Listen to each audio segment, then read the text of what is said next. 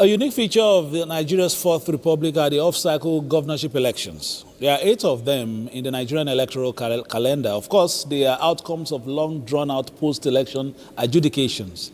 These states serve as reminders of our maturing democracy and perhaps signpost some past flaws in the electoral process. Anambra, Bayelsa, Kogi, Edo, Ondo, Imo, Ekiti, and Osun states all get their turns in the electoral spotlight. Today is the turn of Ekiti State to elect its governor. 14 candidates are in the race to the government house at Ekiti, including the incumbent governor Biodun Ibanji, whose current tenure will expire on the 15th of October this year. For this exercise, Ekiti has 1,059,360 registered voters, showing an increase of 66,000 from the previous number of 993,000. The election is expected to hold in 2,445 polling units in 177 wards across the 16 local governments of the state, and the NTA will bring you every minute of the exercise. Our intrepid reporters are already in the field to feel the pulse of all the stakeholders in this very crucial component of the Nigerian democratic process. My name is Fisai Ogunfi. Welcome to NTA's live telecast of Ekiti governorship election. And I have with me an experienced hand who knows all about the voting process in Nigeria, talking about former Director of Voter Education and Publicity of the Independent National Electoral Commission. Mr. Nick Dazang, it's nice having you around again. It's my pleasure. I think our viewers know when they see you, election is around the corner or has started. Well, elections have defined me. I think a week or 2 ago, I was at a function, and the first thing they said, that INEC man. And so it has become part and parcel of me, and I'm delighted to be here. All right, for the first salvo, what should we expect in an off-season governorship election like this in terms of its feature, its unique character? One thing that will first jump into mind is the heavy deployments of security officials to a state. But can you tell us some things that we should be looking out for in a season such as this? Yes. First of all, let me even start from the path, the trajectory that you started, which is that you said off-cycle elections signpost flows in the electoral process. That is true, but they also serve as very propitious and splendid opportunities for the Commission to learn lessons and factor those lessons in the conduct of general elections. They also provide us opportunities to do trial runs of projects or innovations being introduced by the Commission. And for example, for the INEC chairman, who is new, so to speak, and this will be the 3rd major election he's conducting after Anambra FCT and the Ekiti off-cycle governorship election. This is another opportunity to learn and to factor whatever lessons he would have learned in the conduct of subsequent elections. Now, there's also something you observed, which is also valid, which is that off-cycle elections have the benefit of having huge deployments because in a general election, security agencies are spread thinly across the country. And by the same token, you know, even the challenges that confront general elections are equally spread thinly across the country. But in off-cycle elections, there's a convergence, there's a congregation of these challenges. And you see political parties inaugurating campaign councils in which you see other governors descending on the state where the off-cycle election is being conducted to assist their brother or their candidate. And it also has its own consequences. Now, in a general election, everybody is now confronted with his own turf. He's trying to take care of his area, so he does not have the luxury of attending to any campaign council. Now, having said that, in the Ekiti off-cycle election that's being conducted today, we expect it to be peaceful, to be defined by peaceful conduct. I say this informed by the fact that since 2014, all off-cycle elections in Ekiti State have been very peaceful. And in fact, reports pre-assessment reports of the election shows that right from the campaigns up to yesterday, the atmosphere has been largely peaceful. In fact, the European Union support for support to democracy and good governance issued a report that indicated that from its investigations, based on the activities of its cohorts on the ground for a number of months, indicate that the election is going to be largely peaceful. Now the Ekiti governorship election is key, is crucially important in the sense that, number one, it is going to be conducted within the context of the enactment of the Electoral Act 2026. And by coincidence, this was what happened in 2022, following the enactment of the repeal and enactment of the Electoral Act 2022. Recall that the last off-cycle governorship election in Ekiti State took place in 2022. So we're having a repeat of that. And Ekiti off-cycle elections are normally the second to the last to the conduct of a general election. And this election is going to be the fourth, off-cycle governorship election in Ekiti State. The first one was in 2014, the second one was in 2018, the third one was in 2022, and now we're having the fourth one in 2026. And this is also the seventh since the inauguration of the Fourth Republic in 1999. Having said that, the election is also going to give us the opportunity to test the provisions of the Electoral Act 2026. If you recall, during the debate for the enactment of the bill, the debate on the bill, there were certain clauses that were key. Clauses 33, clause 60, clause 62, clause 63, clause 80, and clause 84. Now, so far, clause 84 has been tested because it says that primaries shall be conducted either by consensus or by direct primaries. And the primary season has since lapsed, and we saw the parties conducting the primaries based on the provision of the Act, which is consensus, and where you could not reach a consensus, you do direct primaries. That one has lapsed.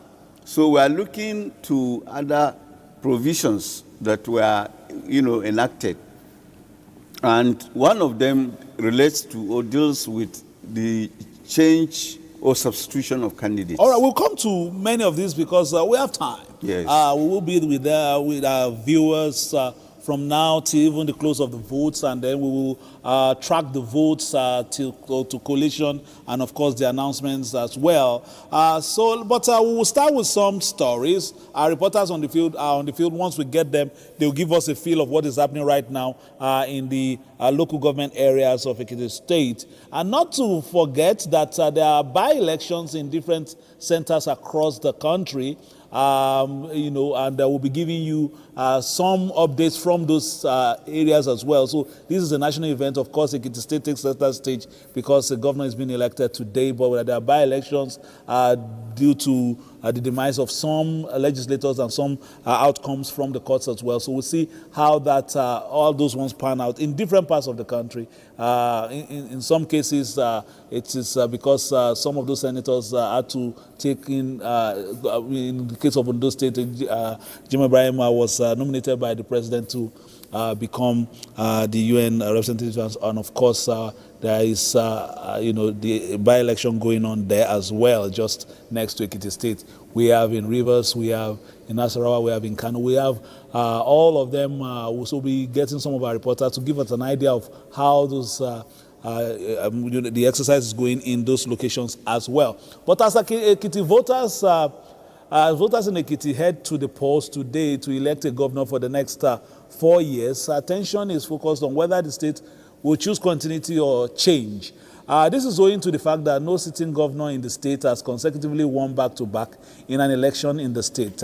Timothy Yusuf put this together as perhaps to whet your appetite to today's outcomes.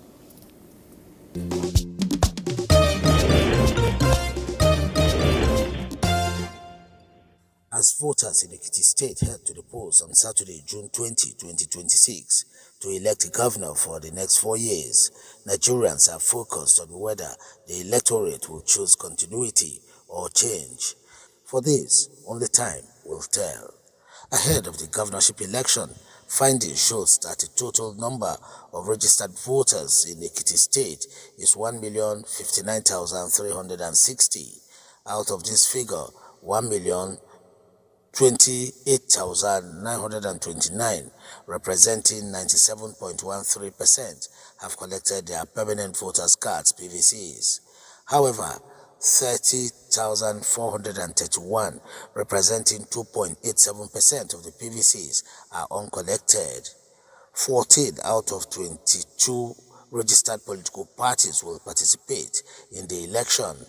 Although INEC has cleared 14 candidates, analysts agree that the contest is likely to revolve around 3 major contenders. There are 2,445 polling units in the state, and voting will take place in each unit.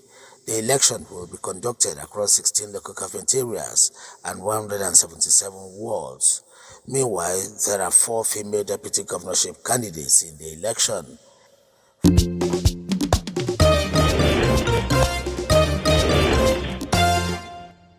Thank you so much, Timothy Yusuf, with that background. While we get the graphics ready for some of these candidates, it's better that just read some of them out so that you can, the 14 candidates for this election.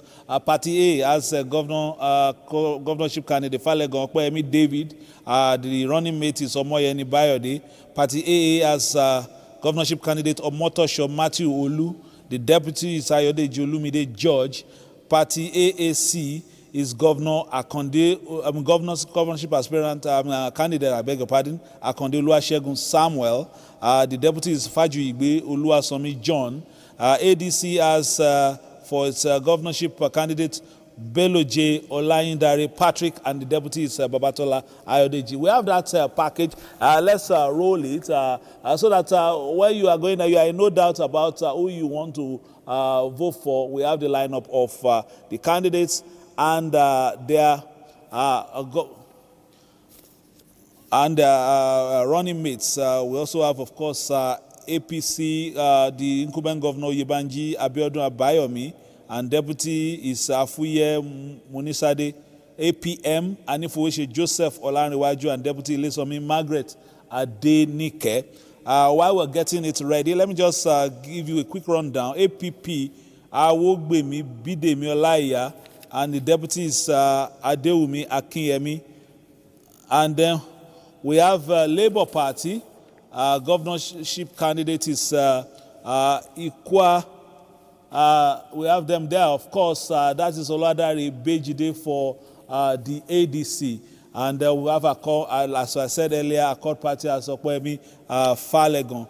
All of them contesting in this race. We have that Labour. And of course, Blessing Begunde is for NNPP. Ayodeji Ojo, we have Ayodeji Ogunshak in NT, but for ADP is Ayodeji Ojo. Akonde Oluwasegun is there for African Action Congress. We have Olani Ayodele right there for PRP. We have Action Alliance Olu Omotosho. And of course, we have for APM Joseph Anifuweshe right there, and all these are the candidates for the election. YPP Ayodele or Shinkolu, and then Victor Ade Tunji for the Zenith Labour Party. All of them contesting. APP Abidemi Awogbemi is also the governorship candidate. So these are the people on the field. Those are the people that Ekiti State, the options that we have as far as Ekiti State is concerned in terms of the governorship candidate and their running mates as well. So as Nigeria's democracy continues to evolve, Ekiti State has remained one of the country's most politically competitive states. In this report, Tayo Shaw examines the statistics of governorship elections in Ekiti State since the return to democratic rule in 1999.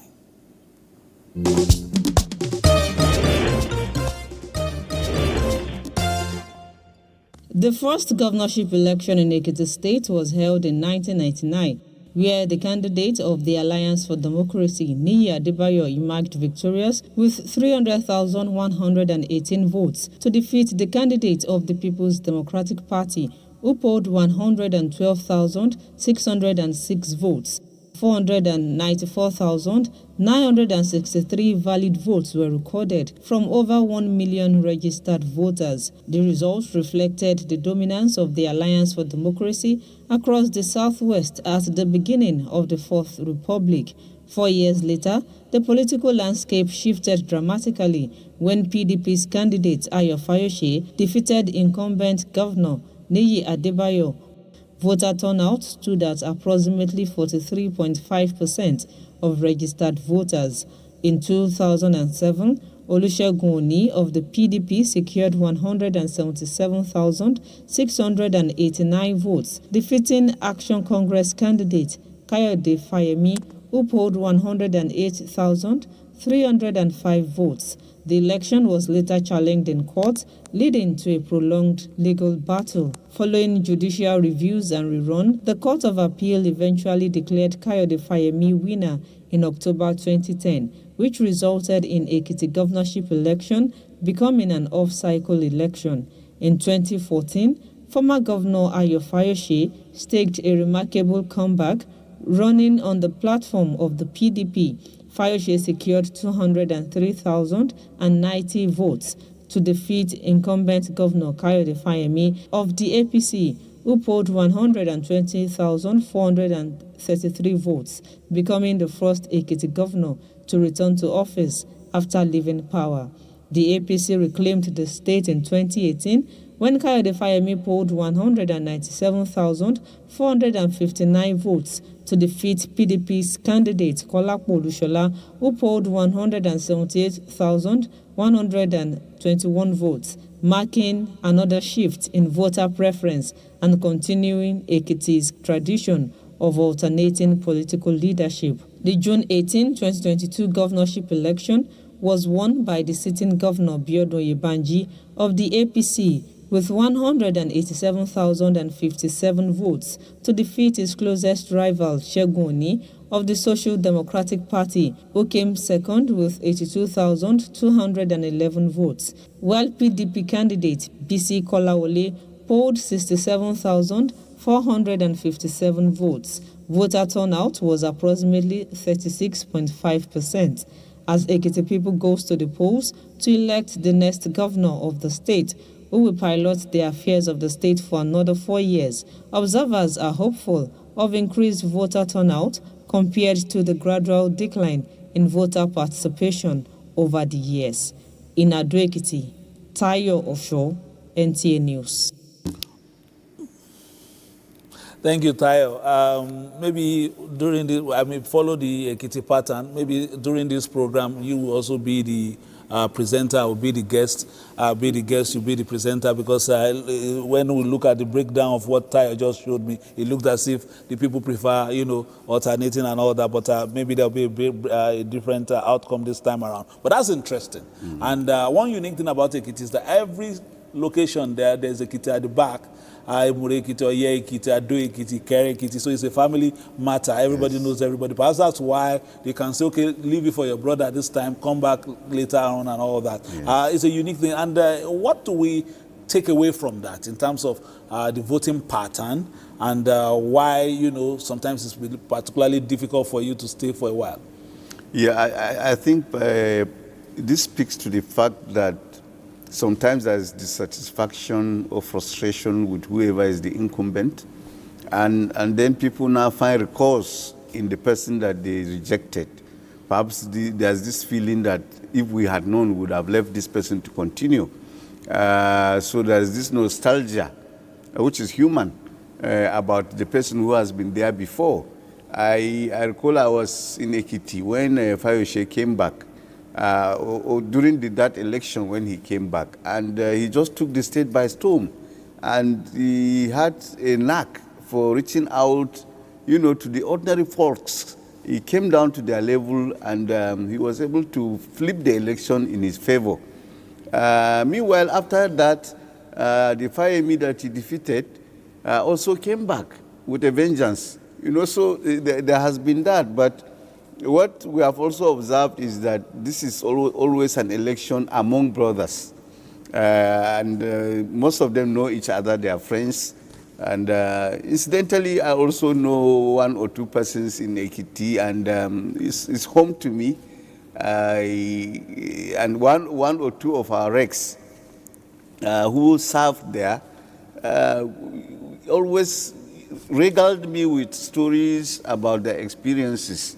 And you could see that once these off-cycle elections began, after the violence that preceded the off-cycle elections, the elections have been very peaceful.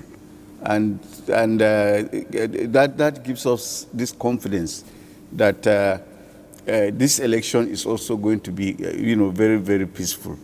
And one other thing also is that in terms of landmass, like I've said, Ekiti is not huge. In fact, the landmass is just like about 6.5 million square miles, which is less than the FCT. So you can reach all the farthest parts of the state in at least an hour, or an hour and a few minutes. And also, it doesn't have from the state capital. From the state capital, and it doesn't have any challenging terrain like we have in Ondo, which is not only riverine. You have to deploy a lot of boats, and so the risk factors are small, and I think for INEC that should help its logistics. It should be able to deploy in good time, and massively, as at Wednesday, they had begun the process of deploying from the CBN to the local governments, from the local governments to the wards, and they slept in the wards yesterday, and this early morning, we expect that they would have opened the polls in most of the polling units across the state. So we expect an election that's peaceful.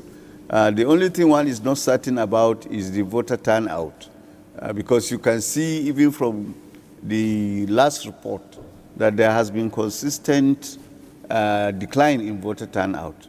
Even though in 2014, interestingly, we had a voter turnout of 50.32%, which is even higher than the previous elections that took place. And I recall that arising from the violence that took place earlier on, INEC did one of its hugest security deployments in that election. And it generated a lot of outcry, particularly from civil society, that we are militarizing the election.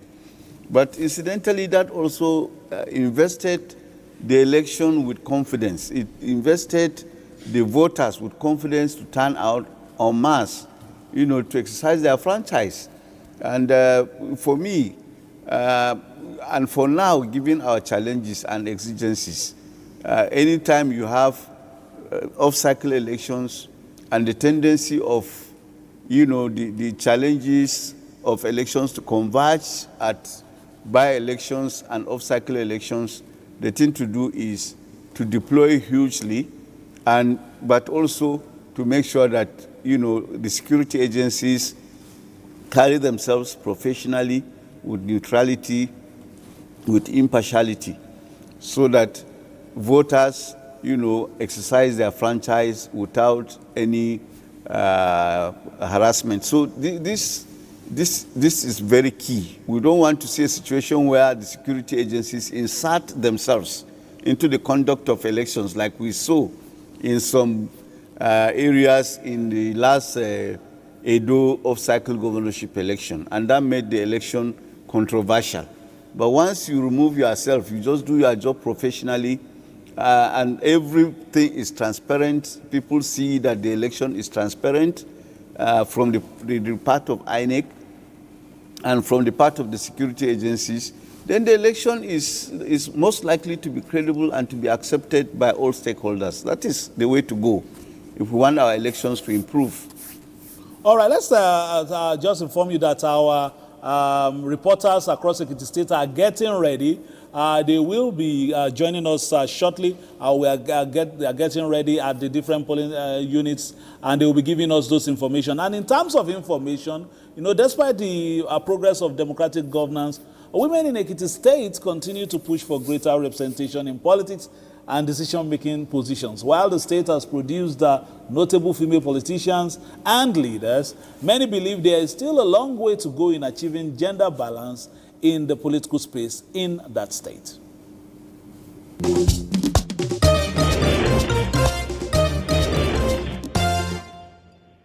Women have become active participants in the political landscape of Ekiti State, taking roles as voters, party officials, campaign coordinators, and candidates for elective offices.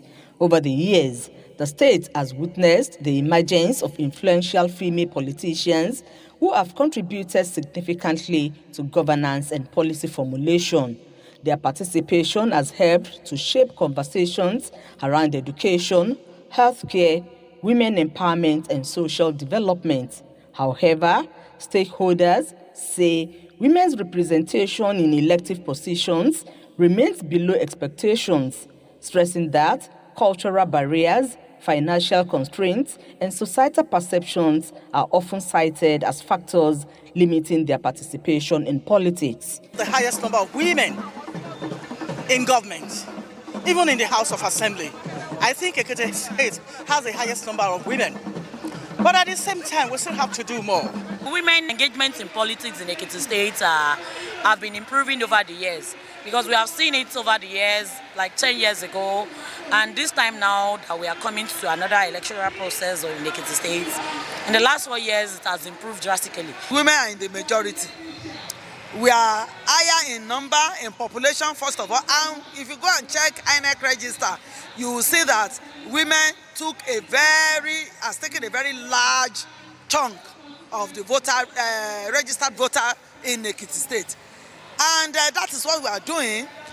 We want to mobilize all the women to come out en masse, to come and cast their vote. Some female politicians in the state say increased political inclusion will not only strengthen democracy, but also ensure that issues affecting women and children receive adequate attention in government policies. By ensuring that women are in decision-making roles in Ekiti State, politically and even in appointing positions. We know that women are great managers. Women are high in emotional intelligence. Women are patient. Women are able to see beyond the surface. A woman, a manager, is calculative. So we need more of women in governance. As Ekiti continues to deepen its democratic culture, many believe that creating more opportunities for women in politics will foster inclusive governance and accelerate development across the states. In Ado-Ekiti, Olukemi Sani, NTA News.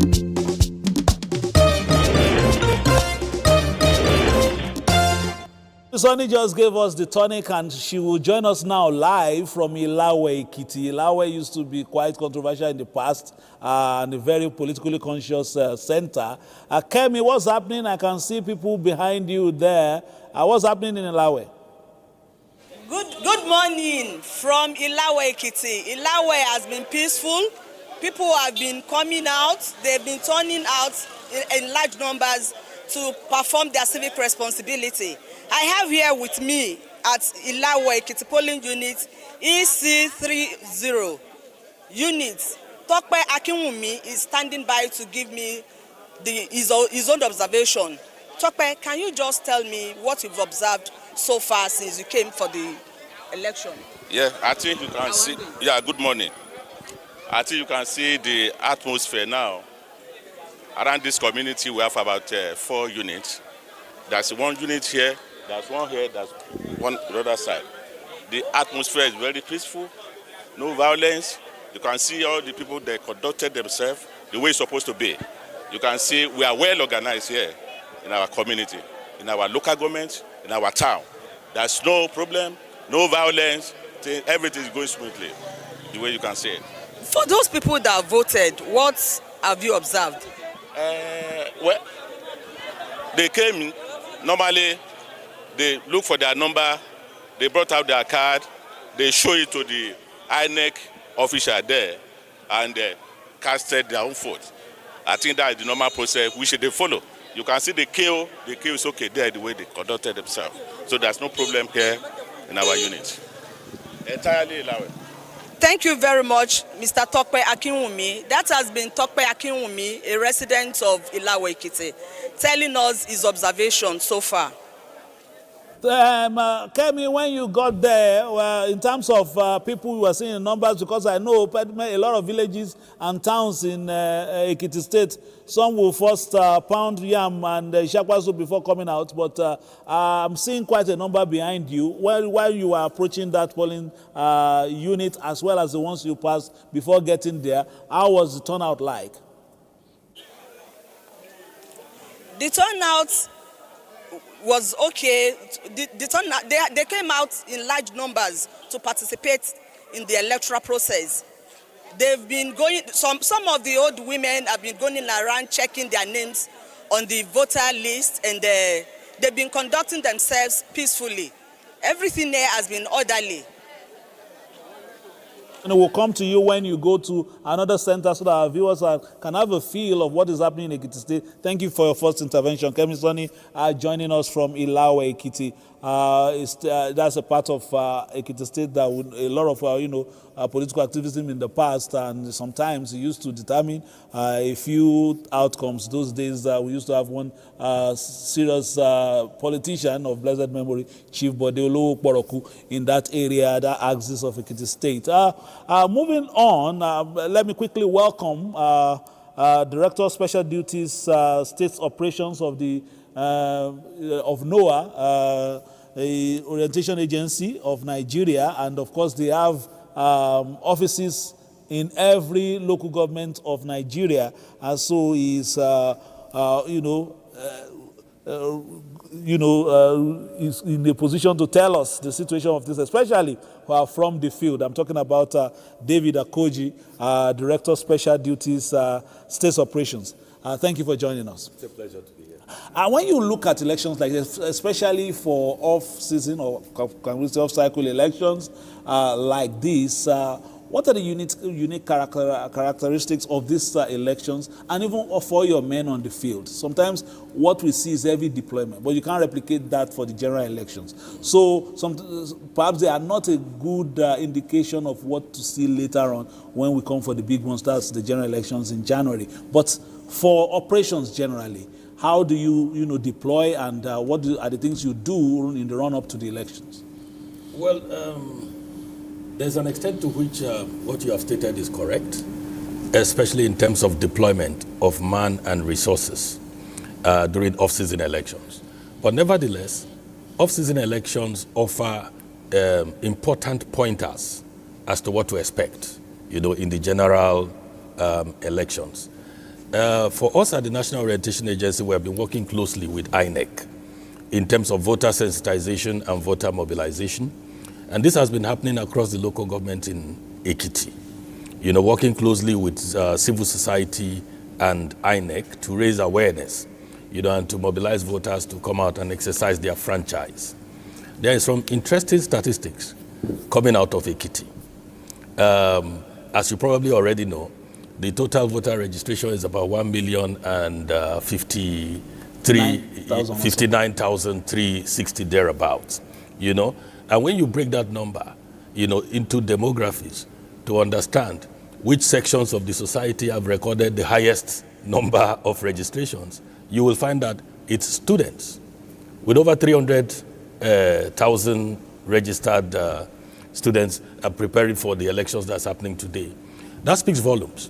It shows that the young people are becoming far more interested, in how governments are formed, and they are becoming far more involved. I hope that number will also translate in the turnout, not just in the registration and collection of PVC. Ekiti recorded about 97.1% of collection of PVC. So we're hoping that the voter apathy that was experienced in the last election will not show up in this one, with the level of political consciousness that had led to this 97.1% collection of PVC. All right, let's quickly go to our Ekiti studio. We understand Labaka Akinyemi is standing by, but while she gets set, let's let people there in Ado Ekiti give her a cup of coffee while she gets set in our studio there, so that we can ask her for her interventions, especially what is happening in Ado Ekiti, the state capital. And she's a public affairs analyst, but she's been watching activities in the run-up to this election. So we'll go to her in the course of the program once she's ready, seeing that she's getting seated right there in our studio in Ado Ekiti. And of course, our reporters across the state are also get raring to go. But one of the unique factors distinguishing Ekiti State from other states of the federation, of course, it's because of it's landlocked, of course, and of course it's a small state, and of course you see, the level of education of the people of the state. A lot of people say in Ekiti State you see a professor, in every corner. So that perhaps also will inform the kind of choices they will take. So let's take this report on the distinguishing features of Ekiti State, especially from the perspective of education.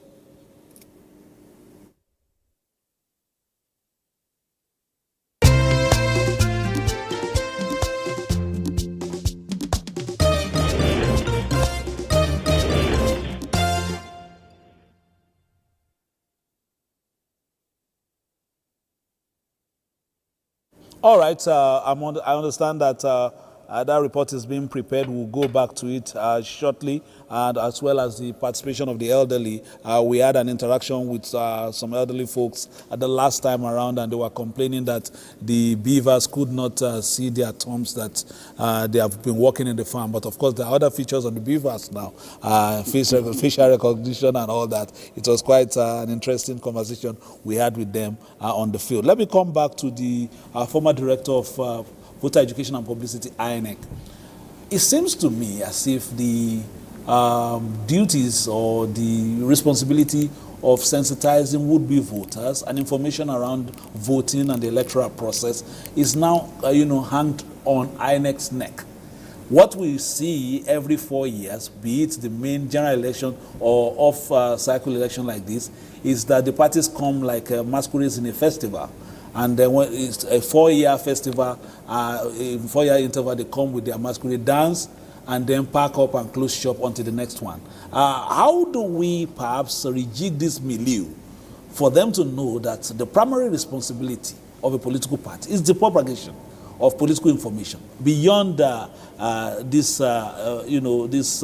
few months of activity and then the closure? Yes. It is valid that the law says, the Electoral Act, Section 2, that INEC shall promote sound knowledge of democratic processes and provide civic education.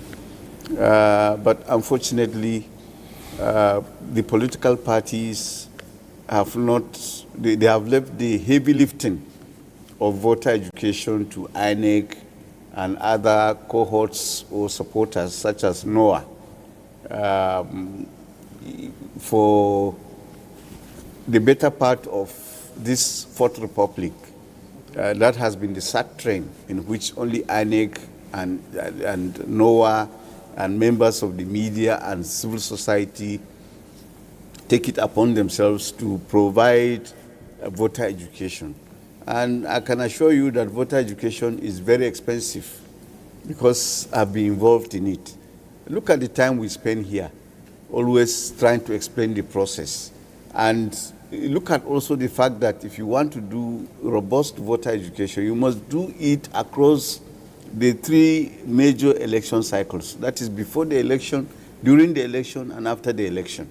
You have to start right from when the election is about to commence, so that people even know that an election is going to take place, and you explain to them the processes, the rules governing the elections. Like I just said, in this election, we are going to test the Electoral Act 2026. That means also that INEC has to explain to voters and other stakeholders that the unique features. Yes, the unique features and their implications. And we are going to implement them, in the course of these elections. And I've always underscored the fact that the politicians are the chief beneficiaries of this process. At the end of the day, it is they that are elected. And unfortunately, when they're elected, they don't even pay serious regard to delivering good governance.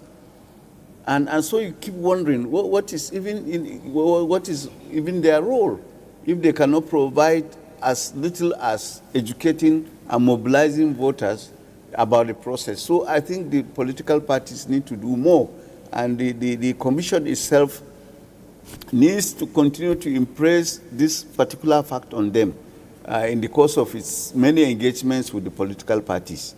I keep mentioning, if you look at when elections are conducted, you harvest so many voided votes. And these voided votes arise because the voters themselves have challenges, indicating the parties of their choice. So these ballots are voided because in the course of counting, you now discover that somebody has not even voted in the right box, or he has voted across two boxes. You cannot tell which one he has voted for. And so you have huge voted votes.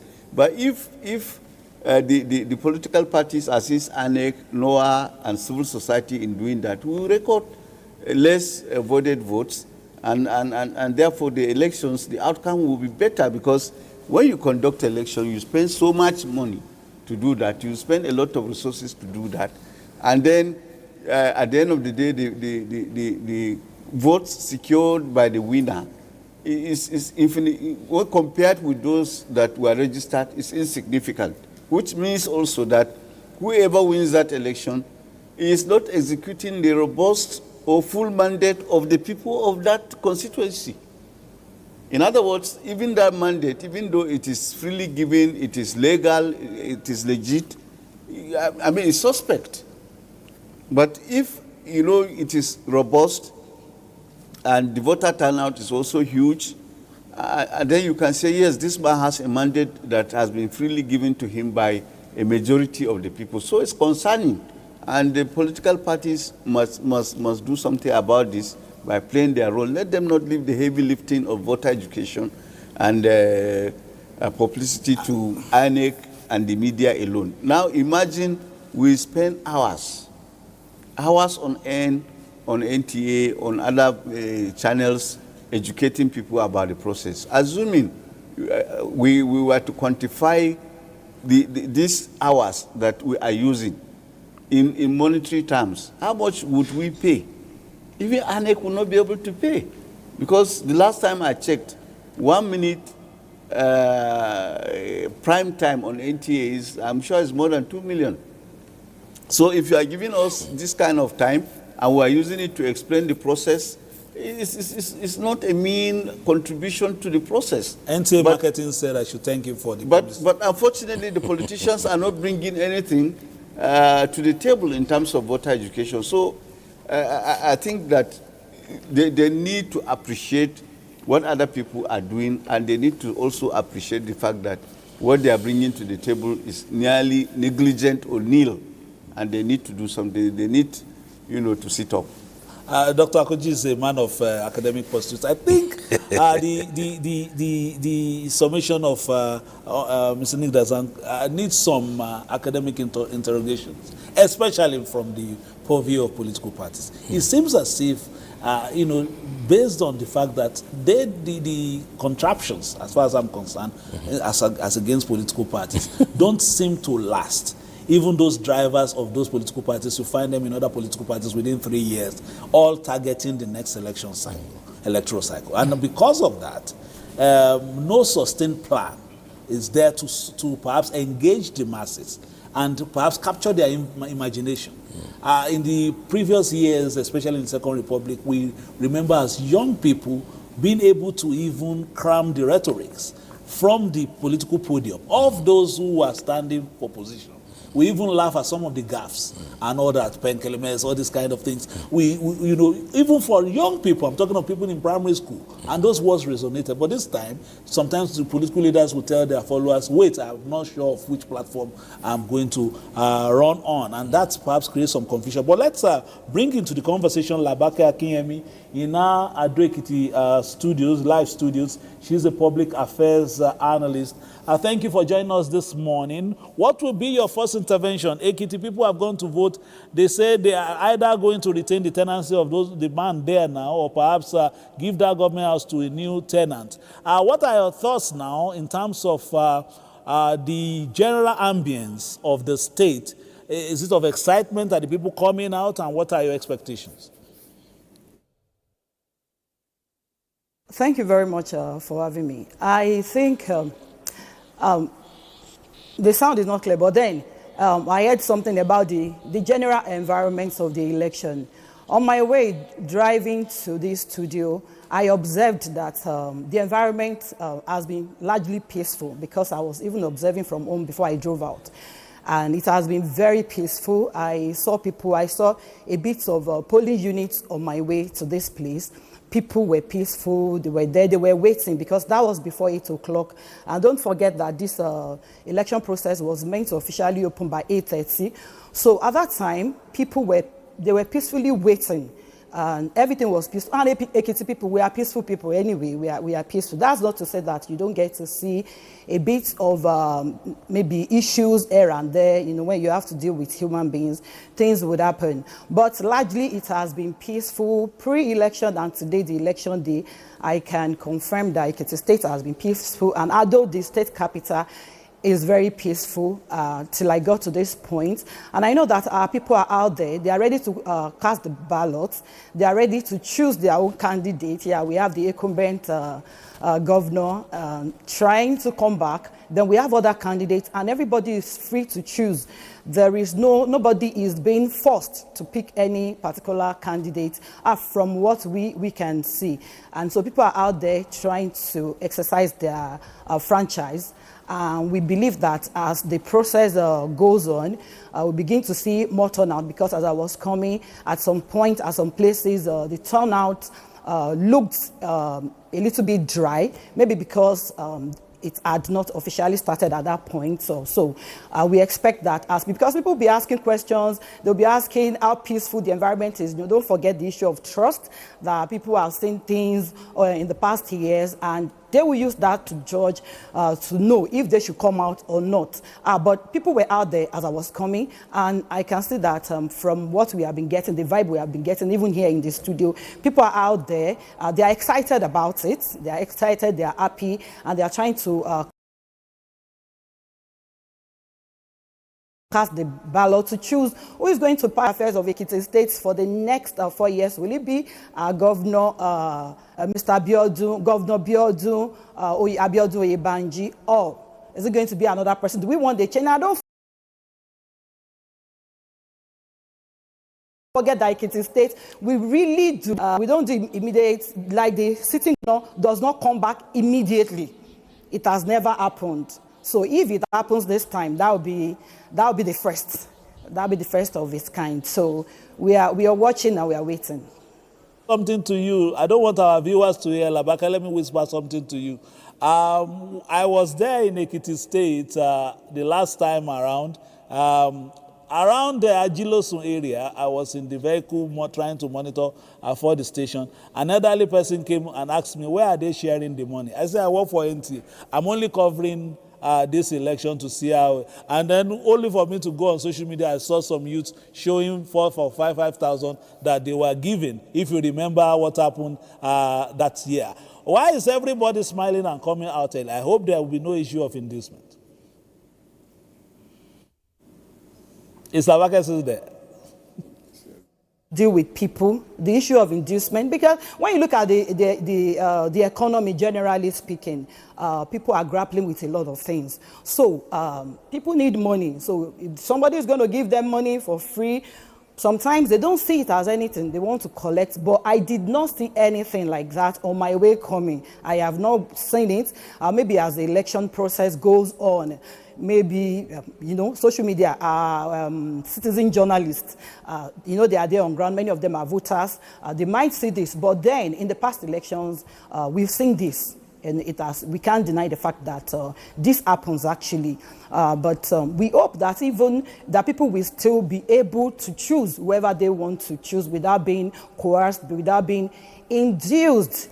Maybe they are being encouraged, that's on a lighter note. But then people are out there to vote, to make sure that they have somebody to pilot the affairs of these states for the next 4 years without any hassle, without any issues. They are out there excitedly, they are out there happily, they are out there on their own free will. Nobody is being forced. At least I drove through and I saw some of these things, and I saw the excitement on our people's faces out there.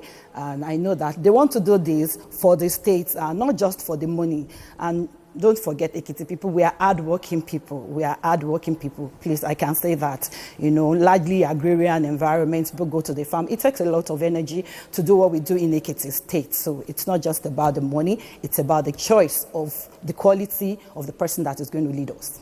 I agree with you. I also see Ekiti State as a second home, having schooled in Christ School there at Ekiti, Babamboni House. So I'm not talking from, you should, just to let you know that I'm also partially a son of the state. But anyway, moving on very quickly, we look at some special considerations. I told you about that we did in the past elections, and the participation of the elderly and the aged in the Ekiti State governorship election has been described as both a civic responsibility and an opportunity to contribute to the future of the younger generation. Intrepid reporter Olukemi Sonny, spoke with some of them. Across several polling units in Ekiti State, elderly citizens defied age and physical challenges to participate in the governorship election, demonstrating commitment to the democratic process. Despite early morning rush and long queues, 84-year-old Joseph Ilesomi is among the first to arrive for accreditation and voting at polling unit 008 Ilawe Ekiti in Odoile unit. Baba, can you tell us why are you participating in this electoral process? And can you tell us the difference between the process in the holding days and now? No. Thank you very much. The process that I see on this only days, the photo of that day, only days, is very good.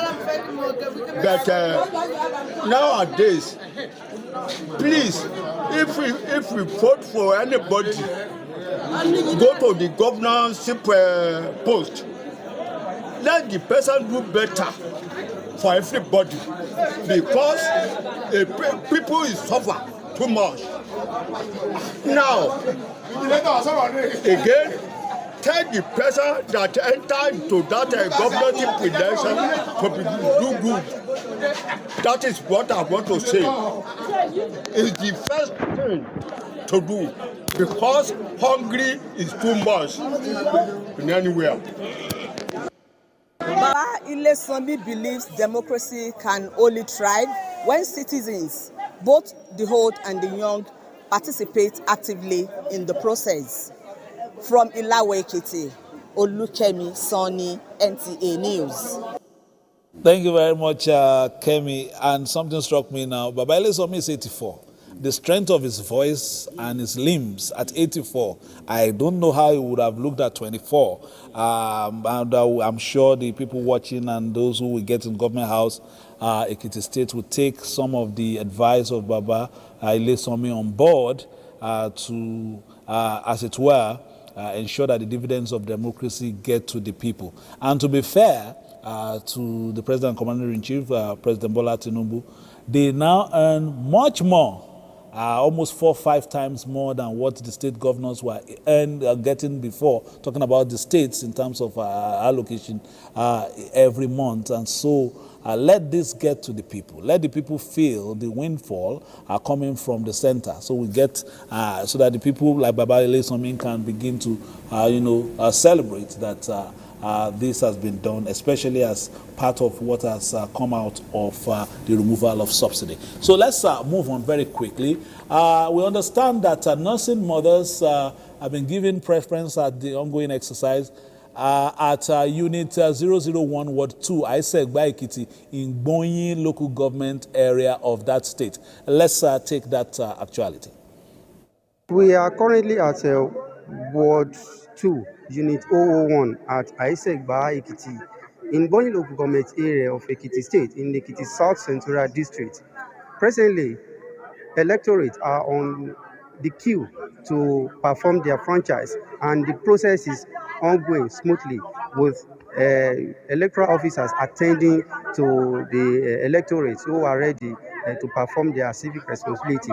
And one of the provisions made by the Independent National Electoral Commission are for special people like PWD, the aged, and nursing mothers. So currently I'm having with me one of the nursing mothers who is on the queue to exercise a franchise at this ongoing governorship election exercise. Madam, ẹ wá síbí ní àárọ̀ yìí láti dìbò. Kí ni báwo ni ẹ ṣe rí ètò ìdìbò yìí sí gẹ́gẹ́ bí abiyamọ tí egbòmọ̀ dání? Nǹkan tó ṣẹlẹ̀ ni pé ètò ìdìbò ká ṣáà máa pẹ́ kó lọ ní ìrọ̀wọ́ ìrọ̀sẹ̀, àti pé gbogbo wa tá wà lórí queue náà kí gbogbo nǹkan lè dáa la wá fún, àti pé kí ẹni tó bá ṣáà máa tí orílẹ̀-èdè wa tó máa fi wà òkè, tí country wa máa fi náà ni nǹkan Ọlọ́run bá wa yàn síbẹ̀, tó máa débẹ̀ tí gbogbo ẹ̀ máa rọ gbogbo wa lọ́rùn, nǹkan Ọlọ́run bá wa yàn síbẹ̀. A rí i pé àwọn ọlọ́mọ wọ́n fún wọn ní àǹfààní àkọ́kọ́. Báwo lẹ ṣe rí ìgbésẹ̀ sí ti àjọ elétò ìdìbò tí wọ́n ṣe? Nǹkan tó ṣẹlẹ̀ ni pé irú èmi tí mo gbé sẹ́yìn tí mo gbé sọ́wọ́ báyìí, ṣe mọ̀ pé ó máa wà inconvenient téèyàn bá dúró pẹ́ jù, àti pé táwọn ọmọ náà bá dẹ̀ tún sọkún. Nǹkan tó fà á tó jẹ́ pé wọ́n fi ń jẹ́ kí àwọn tó bá gbọ́mọ àbí olóyún àbí àwọn aláìlera tàbí arúgbó kọ́kọ́ máa dìbò nìyẹn. Yeah, well, thank you very much. What she was saying is that she is appreciating the arrangement made by the Independent National Electoral Commission to give some people privileges, especially nursing mothers, the pregnant women, and of course aged, especially and including the PWD. So she is appreciating this arrangement that those who are nursing mothers like herself are given preference to be attended to as early as possible so that they will not stay long on the queue. So this is the situation. From here, we'll be moving to another polling unit to give you updates about what is happening in the course of this election exercise. Very much Ayode Jogunshakin there, speaking to a nursing mother, and like you have said, your preference for them, the elderly, and of course, you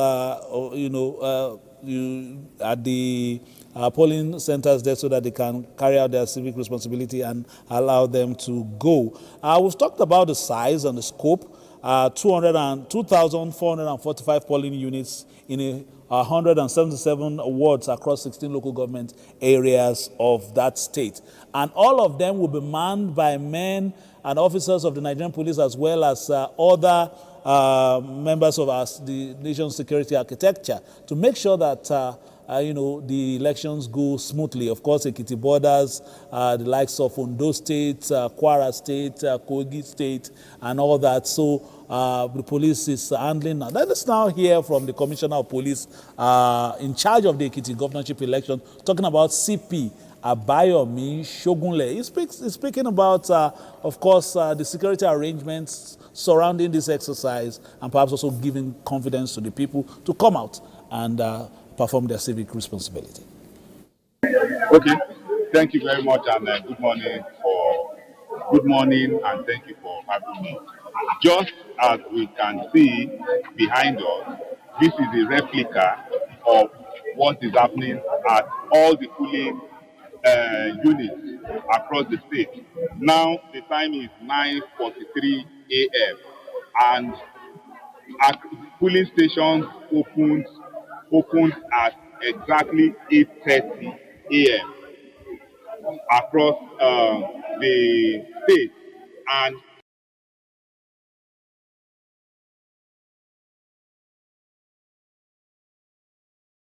exactly 8:30 a.m. Polling units opened early as expected. Accreditation and voting commenced at 8:30 this morning, and as you can see, in the first, not even up to, okay, the first 1 hour, in the first 1 hour of opening of the polling booth, you can see the huge number of voters that have turned out to cast their vote. And this is unprecedented because from previous elections, you will see that people will normally come out dragging their feet, bit by bit, in the early hours. But in the first 1 hour, you can see the huge number that is out. And this, we have seen that it will happen as far back as 2 days ago, based on our assessment of security situation, assessment of voters' belief in the security. And many voters said that they will come out to vote today because of the confidence they have in the security that has been put in place. And I'm not surprised that we are having these huge numbers in the early hours of the voting from across the state. No negative incidents have been reported. Voting has been going on peacefully and will continue to put in place required security measures needed to ensure that we continue to see calmness like this throughout this voting period. CP Abayomi Shogunle there in all this, what we have said when we are talking to the officers and men, they say area calm, everything under control. I'm sure that's what CP is saying there. We hope that that will be the case for the entire duration of the exercise. We'll be giving you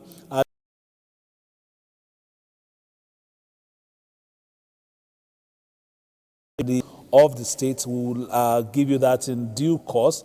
We also, of course, like I said, we have seen Kemi Sani in different locations. We have spoken to Ayode Yogunshaki. Atayo Shaw as well is standing by somewhere. So we'll be giving you information in terms of live inputs as well as some sound bites from all who are being part of it. That's Jude Abugu in my shot.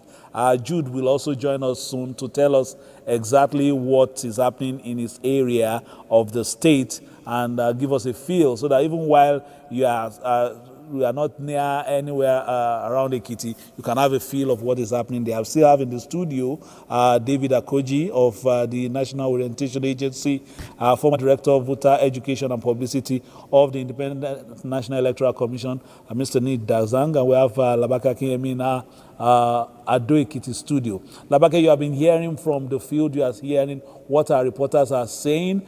It seems as if, just like you have alluded to, this is a brotherly affair in Ekiti State, and we are in terms of your experience, looking at some of the past elections. When are we likely to, the results likely to come in, and in terms of once we finish at perhaps 2:30 or maybe 3, which areas of the state are a little bit far from the state capital that you could maybe expecting that maybe the voting may take a little bit longer before we get to see what's happening in those areas?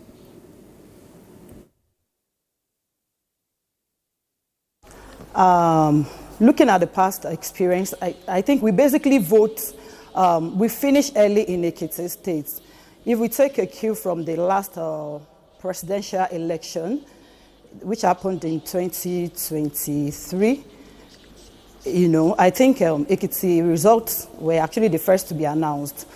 So right now, I believe that as people are coming out, and voting, we may finish to time or maybe slightly after the official time, but then I think we are going to finish to time, because there is something about the voter turnout from Ekiti State.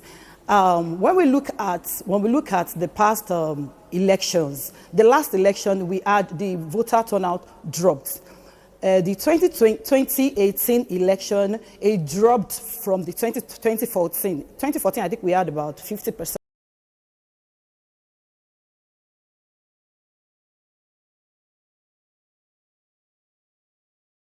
Then in 2022, it dropped further. So let's hope that this time around we are going to have something substantial, because I was listening to the security officer who was speaking just before you came back to the studio, and was talking about the turnout being encouraging, because I said on my way coming this morning, I saw some polling units that maybe people were dragging their feet. They want to know, because we don't forget that we have people that got kidnapped in Ilejemeji local government, in Ikole local government. So people will be looking at all these security situations, and you're like, because you want to be safe out there. But now that they are getting the vibe, they are getting the feel back from media organizations, from their social media platforms, they are saying that the election is peaceful, has been peaceful up to this time. And like the Commissioner of Police or thereabouts said, we expect that this election will be peaceful throughout, which we encourage turnout, because, you know, the word of mouth is very, very key when it comes to political communication. People will go out there, then they will come back to say, oh, I went out there, it was safe, it was orderly. So then you are encouraged to go out there. So as we have the time, I think people will keep going out to cast their ballots. And I expect that we'll finish to time, because, you know, Ekiti State, you know, we are many. Looking at our population, you know. I love that. I love that. You did that tongue in cheek, but we know ourselves, so Nigerians should understand that. But in spite of what you have said, we have 1,059,360 registered voters. We see how that is done when we take, juxtapose it with eventual votes are counted. We'll see how Ekiti performed this time around. Let's hear from Ken Misoni. I understand Ken Misoni is with a candidate there in his own ward to speak about the turnout or the conduct of the exercise so far. Kemi, it's over to you. Thank you, Fisayo. I'm at Ilawe, Ekiti, in Ilawe, polling unit 2004. I'm with one of the governorship candidates, Dare Bejide. He's here to tell me, though he has cast his ballot, but he will tell me how it went. Can you describe the conduct of this exercise? Good morning. The conduct of the election was peaceful at the beginning, until the vice chairman of the local government brought in a sack of money, big sack, and started distributing. Hello. Back to you in the studio. I will come back to you in a short while. Kemi, no, Kemi doesn't want unsubstantiated information, but you can.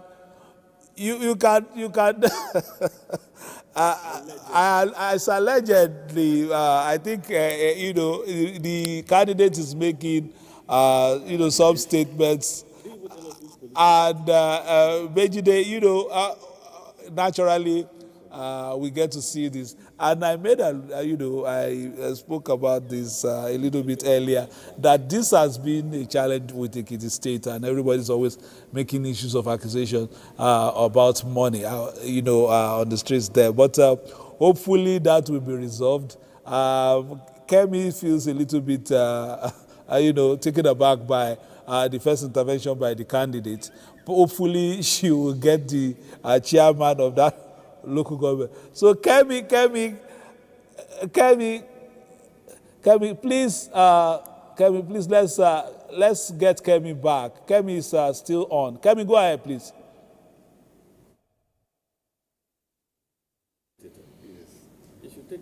All right.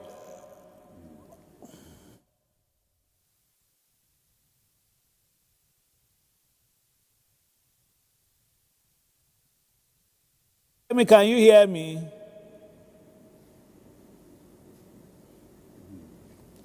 Please, I can see that you didn't want to take unsubstantiated claims there. So perhaps you want to just wrap up. Okay, I think Kemi can't hear me right now. But Kemi, please just stay on this issue so that you can, get to the bottom of that, Kemi. I understand, what's happening right there. I was in that, not that local government, but I was in one of the centers the last off-season elections in Ekiti State. All right, let's move on. Hopefully, we'll get back to Kemi in Ilawe. Kemi, you've been doing a good job, but we will return to you. Accreditation and voting have commenced in most polling units in Ado Ekiti with a steady turnout of voters observed at the polling units. The process is orderly with security personnel and electoral officials on hand to ensure a peaceful and credible exercise. Let's hear from Bukola Aduo.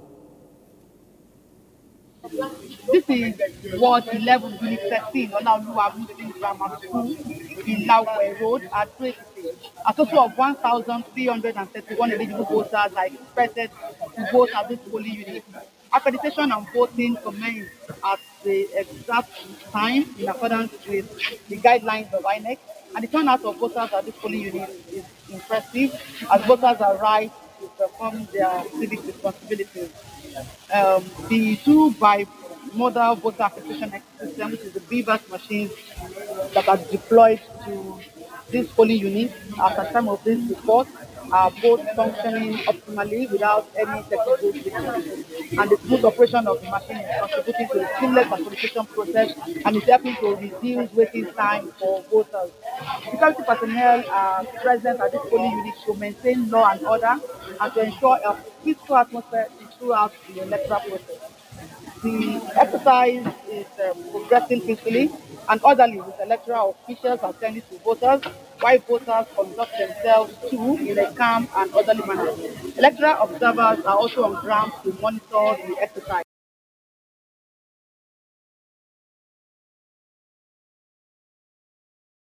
In the Yoruba language. So báwo ni ètò ìbò yìí ṣe rí fún gẹ́gẹ́ bí ẹ̀sùn àkọ́kọ́ nígbà àkọ́kọ́?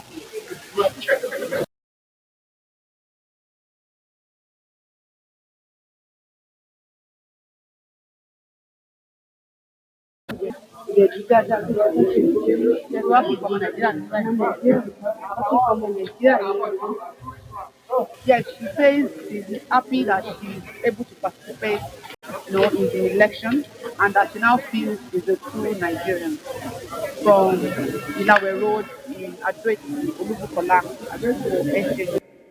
Thank you very much, Buki Aduo, there, giving us, the situation of things, especially that's at the outskirts of Ado, the Lawe Road axis of Ado Ekiti there.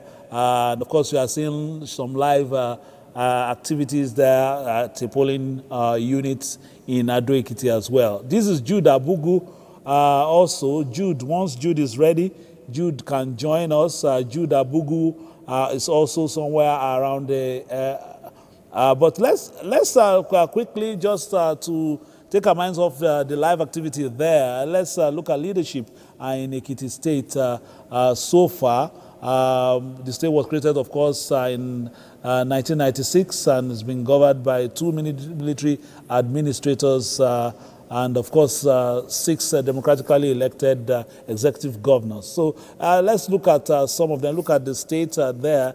Lieutenant Colonel Bawa was there in 1996 to 1998. The first was in Milad. We have Navy Captain Atonda Yusuf, 1998 to 99, also there in Ekiti State. We have Otumbani Adebayo of the AD. At that time was the first democratically elected governor of the state from May 29. And of course, Ayode Fayose took over in 2003, October 19. He was of the PDP in that state. And we, of course, had Tunji Oluri, who was a Milad, appointed because of the state of emergency there in 2007. We had acting governor Tokpa Ademuli. Of course, he was of the parliament for the 27th of April. 2007. Of course, Tunji Odemi, acting governor for one day. But I don't know whether his picture is on the wall there in Government House, but I was just also there. Engineer Shegun I was there from May 29, 2007 to October 15, 2010. And there was a ruling in the courts that brought in Dr. Kayode Fayemi, who was the contestant also in that election. He came in on the 16th of October 2010. And of course, Fayose got back the mandate from Fayemi on October 15, 2018. He was, of course, the PDP. And Fayemi took it back, just like our guest analyst said, in October 15, in October 20. And of course, the incumbent, talking about Biodun Yebanji, took over October 16, 2022 till now. Now he's testing his popularity, the concept is shared with the people. So these are the faces of whether you did it for 365 days or one day, you have been in that government house. Jude Abugu, you are there. Jude, I can see you. What is happening in your center? And tell us about the conduct of the exercise so far and what the feelers are. All right, thank you, Fisayo. You know, the people of Ekiti State, they are politically conscious people. And this is evident with the number of voters that have turned out for this particular exercise. We just came into Ikogosi town, and this is the entry point. The first polling unit we are meeting here is Unit 2 in Ward 6, Ikogosi, Ekiti West local government area. And the turnout has been impressive. One thing we have observed there is that people have been going to check their names from the voters register that was posted by the electoral officers. Now, we also notice that there's a kind of preference given to the elderly and people with health challenges. But in Ikogosi town, we want you to know, is the hometown of the incumbent governor, Governor Biodun Yebanji, who is contesting to see if he will get his second tenure. You know, Ekiti State election is one that has been competitive over the years. And this year, this particular election, we are looking at a situation whereby the people of Ekiti State will decide who among the candidates is the best fit to run the affairs of the state. Will we have continuity, or will we have a change of baton after this election? It is something that will happen in a matter of hours from now.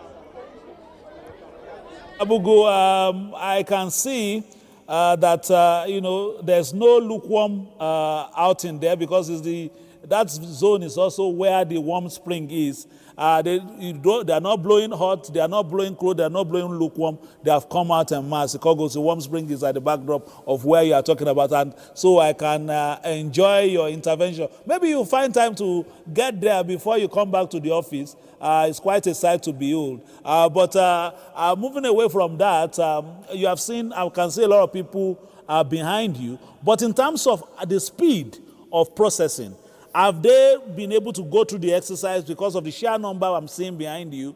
Are they going through it very quickly so that when it gets to 2:30, this queue behind you would have significantly reduced? Yes, one thing we have noticed about this polling unit is that it's just one unit and one voting point, but the number of voters here are large. So I think maybe in subsequent election, or maybe before now, the electoral umpire would have factored in that this particular polling unit needs like 2 voting points. That's why you're seeing a long queue behind me. But on the technical side, the BVAS is doing well.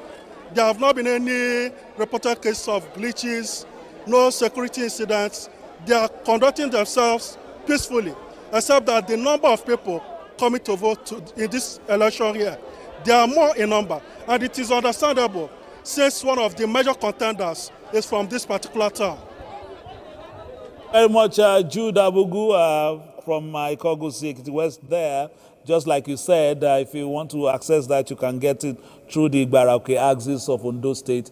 It's even closer to parts of Ondo State than Ekiti State. Talking about that axis, you have Igbaraoke in Ondo State, Igbaraodo in Ekiti State. And they are two, I mean, they are more or less the same people. So it's unique. Thank you so much, Jude. We'll return to you soon, and perhaps you go more into the town and see the turnout so that will give us a feel of what is happening. I know the contestants, the contenders are watching and seeing the turnout as well for, this exercise. So coming back to, the studio, Doctor, is that just because you feel that maybe perhaps one of the contestants, the incumbent, is from that state, or it's part of the job that your men have been doing on the field and in the Congress, talking about the National Orientation Agency? I think it's a combination of all those factors. And given the background also that voter registration and PVC collection have been pretty high, in this season. But Fisayo, there's a point that you began to make, which we didn't quite complete, and I think is germane. Democracies are built on political parties, because it's political parties in our context that present candidates, to be voted into offices. So I don't think we'll be overflogging the horse if we speak about the attitude that we see among political parties. In some of the democracies that we seem to be modeling after, political parties become institutions, institutions that are enduring, that also make significant contribution to the growth of democracy in those countries. Unfortunately, that's not the kind of thing we're seeing here. Our political parties seem to be centered on winning elections, And after political parties have been utilized to win elections, what we have seen season after season in this current 26 years, of democracy in our country, is that political parties get abandoned, until another election season. And it goes to what you were saying, that it then becomes easy for people to crisscross because there's no allegiance, there's no loyalty, there's no strong commitment, to the political party as an institution. And this is not good for our democracy at all. In some of the countries that I referenced, that we model after, we find that political parties have become institutions that endured for decades, nurturing young leaders to succeed the current leaders, and they have structure. When I say structure, it's not a matter of just merely having offices in every state and local government. No, they have nurturing structures. They have institutes, that are functional and that impact on their members. And they participate in the democratic process through democracy education, like my elder brother said, So I don't think we should gloss over it. I think we should emphasize that and conscientize the political parties. And on the side of National Orientation Agency, periodically we have organized engagements to host these political parties and sensitize them in this direction. Unfortunately, when you invite them, you don't find key political parties attending, and you don't even find key office holders who are in position of decision making participating in this sort of meetings. I think 26 years on. I don't want to interfere too much, but I just wanted to perhaps bring this on board. Mm-hmm. In some of the meetings you have had with political parties from 1999 till now, and you look at the representative of those political parties, I would have loved Noah to publish those pictures. You will find out that maybe one or two still remain in those parties. Mm-hmm. You would have seen them across different parties in the group photograph. Yes. If perhaps you are holding PDP, APC, ANC, PP and all in 1999, you look at the picture again in 2003 and look at the pictures that you took in 2007, the picture you took in 2011, 15, up and down like that, you discover that you will not see more than two people who have remained and maintained fidelity with one logo. And perhaps, that brings to bear in mind the issues that we are having in terms of how fickle some of our political elite could be just in terms of the pursuit of political platforms. How do we then, in terms of, the academic intervention I was talking about, Mr. Koji, how do we then perhaps rejig this whole political experience to make sure that the voter is not confused when the leader of the political leaders have 3 or 4 different political flags in their boot in the run-up to an election, and then you can't even make up your mind who to vote for because you will be told maybe a month to an election. Yes, I think it is important to move from the mad quest for power's sake. You understand? We need to get our political parties to begin to focus on specific issues that impact positively on society, the way we see it happen in other climes. If someone is committed to an ideology, then he would not frivolously be moving from one political party to another political party. I also think that the people should hold their leaders accountable. They should come out and speak and say, look, we followed you because we also identify with this certain idea as to how government, should form its policies and impact on the people. So when the leader moves from that party to another party that subscribes to a different approach, then they say you are not leading us anymore. So that level of conscientization, even amongst the electorate, is also extremely important. And then overall, I think we should begin to view leadership as the mere occupation of a position of power. We should become more conscious of the fact that leadership is about leaving lasting legacies, positive change in society that speaks for the leader years after now, even when the leader is no longer around, no longer alive. This is extremely important for the maturing process of our democracy. Unfortunately, not many of our political leaders are paying attention to that aspect, the aspect of legacy, of leaving a good name, and leaving impact that can be referenced years and generations after. I just wanted to, add to what you have said, especially in terms of leadership recruitment and the enduring legacies of political parties. Mr. Nick and, of course, Mr. Koji and Labake there in Ekiti State. We talk of Bill and Hillary Clinton today, and they both worked as young campaigners for Democratic presidential candidate George McGovern in 1972 election, while they were both students at Yale University. They were already in the campaign team of a presidential candidate. They were being groomed, and you can see the outcome. One was Secretary of State, the other one President. It seems to me that we need to begin to look at this. In that as far back as the 60s, Action Group had student membership at that time in the Southwest, in the UI of this world. They had student membership in Action Group. It seems to me as if now, that identity, we had NAPU, we had Action Group, we had NCNC and all of that. There was pride and fellowship beyond the thirst for political offices. In terms of this engagement, and maybe I'll bring Labake in here, we've seen in Ekiti, is it really an issue of party or individual? Labake?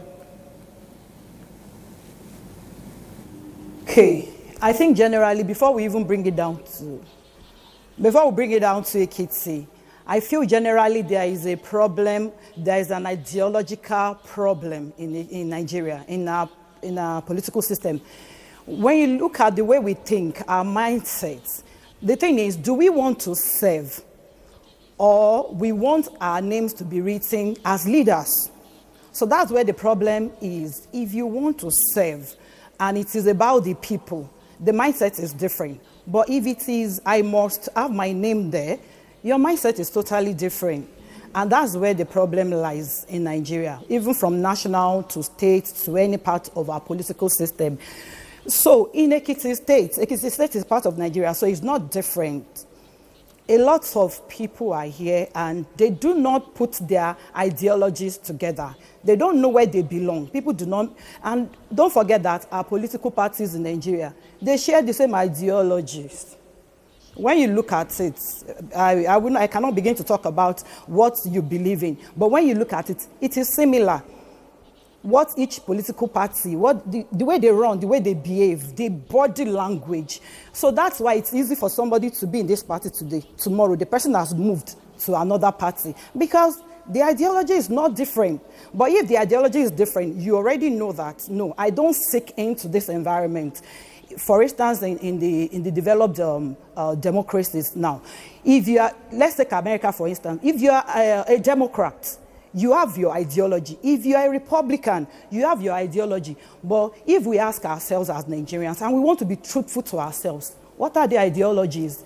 We just see politicians wanting to grab power, for having its sake. So, and the rest is, governance is like a hobby. It's like a primary, it's like secondary. While getting the power is primary, just get the power. But if serving is a primary, we would think differently. So when you look around the Ekiti state, and I can see from 1999, from the time of Governor Adebayo to the time of Fayose, yes, we can begin to see a little bit of difference maybe in some people, but largely when you look at them, when you look at the trajectory, the mindset is the same. So until we begin to change our mindset, thank God you have somebody from the orientation agency with you there. I think we need a lot to do about reorientation, rethinking of leadership, because at the end of the day, we all want development, and if the quality of leadership is not good enough, then we can't have the kind of development we are clamoring for. So it's the same thing in Ekiti. When you look at the political parties, yes, because I anchored a program and they invited people from different political parties, and we had conversations, and I looked at it, I was listening to what they were saying. Practically, people think the same way. It is when somebody has not assumed power that you think they did think differently. You just give them the opportunity, then you see that the mindset is pretty much the same. So how do we change? How do we develop with this kind of mindset? So we need to change. Then why people change parties, another problem is the thinking, which is still about mindset, the thinking of the leadership. When I come to a party and I feel that I have been treated unjustly, which we see many times, especially all those primaries, I've been treated, maybe somebody that has come, from some of the past reports, somebody has come third or fourth and the person is now given the mandate, you feel slighted, you feel treated unjustly, then you want to move, then because the ideology is the same, there is no difference, so you just move to the next available party. So we need to begin to look at some of these things and address them. We need to educate our leaders, and truthfully so, because many times we pay lip service to some of these things and we really do not do much. Then another 4 years, we'll be back in this studio saying the same thing, and that is what beats me most times, because the things we discussed in 2022 are literally the things we are discussing right now. I promise you won't be saying the same thing, because Mr. Koji has taken notes for NOA right here. Thank you so much for your intervention. We hope there will be some changes as well. I was just going to say, in a lighter mood, that even if the Democrats and the Republicans come to Nigeria, we have a branch right here. Nigeria will have the flexibility of introducing the Democrat-Republican Party. So that there will be a flexible movement. A Democratic Republican Party. So, Republican, yes. So let's see if one of our people who are getting ready to tell us a little bit on their centers. But while they are setting up, we will, continue to interrogate the process. Of course. There's another one in a month and a half from now, about 2 months, talking about Osun governorship election. These two elections coming together seem to me as the final preparation for INEC before the general elections. Normally, of course, in your experience, you've seen this play out. It is the time to dot your T's, to cross your T's and dot your I's as far as INEC is concerned. Have they been helpful? Or have they been, in terms of signals, have they been able to help, have they been deceptive, for instance, in the pigmentation of the elections? That is one. And then perhaps you could recall the Osun State elections, not this last one, the one that we had to go to Ife for a rerun and some kind of by-election that happened. What did INEC, learn from all that? Well, let me say that the off-cycle elections are court-ordered elections arising from certain aberrations with the process. But be that as it may, they seem to me, with hindsight, to be God-sent. God-sent in the sense that they have given us a number of opportunities on the part of INEC and other stakeholders to test their processes and also to test whatever innovations and laws that have been introduced into the system. Like I had said earlier on, Ekiti off-cycle election in 2022 and this one, 2026, tested the Electoral Act 2022 and the are testing the Electoral Act 2026. Perhaps if we didn't have the benefit of these off-cycle elections, we wouldn't be able to, test the laws and see how, they will pan out at the end of the day. Also, you would observe that before the conduct of the general election in 2023, the beavers was introduced. It was first used in the Anambra off-cycle governorship election. It was challenging, it was chaotic because those using it had not become proficient in using it. But by and by, with frequent usage, and they became proficient, and the challenges, glitches, could be troubleshooted, in the course of time. And then also, these small elections, like I've said, have taught us a number of lessons, one of which is that they allow you to have access to security agencies that you can deploy as antidote to some of the challenges that arise, because all the factors that will converge to undo the elections, will converge at these small elections, the off-cycle elections and the by-elections. And if you look at, you referenced one of the by-elections in which INEC had to go back to Osun and in Ife particularly, and it was chaotic. And in addition to that, INEC had conducted other small elections, by-elections that were very, very chaotic. And this is because in the context of our security challenges, in the context of the premium we place on power, like two of my co-participants have said, the emphasis has been acquire this power by whatever means. And also some measures have been introduced. Like with reference to Ekiti, for example, this incidence of vote trading began as far back as 2018.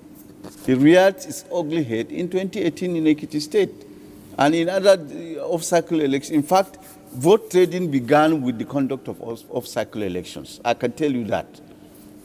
I don't want to say the state where it began, because I don't want to smear the state. I don't want to profile the state. There are things you just keep to yourself. But we noticed it.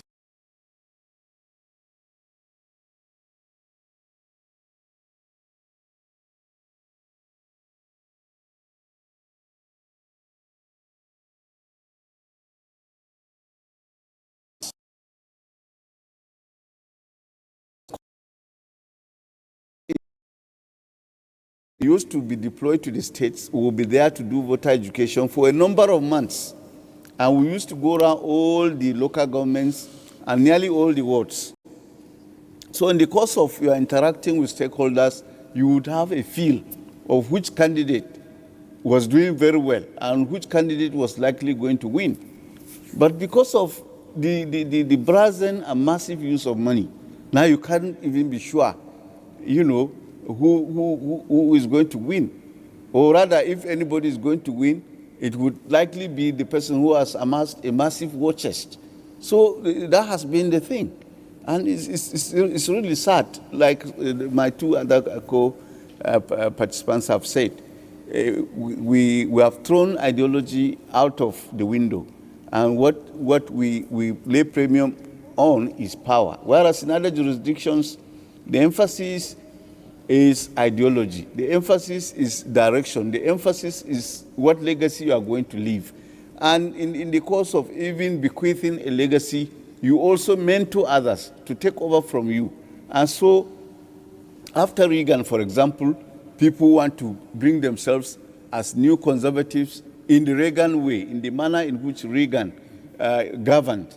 People in the Democratic Party want to carry themselves in the manner Jimmy Carter governed, in the manner Bill Clinton governed, in the manner that Obama governed.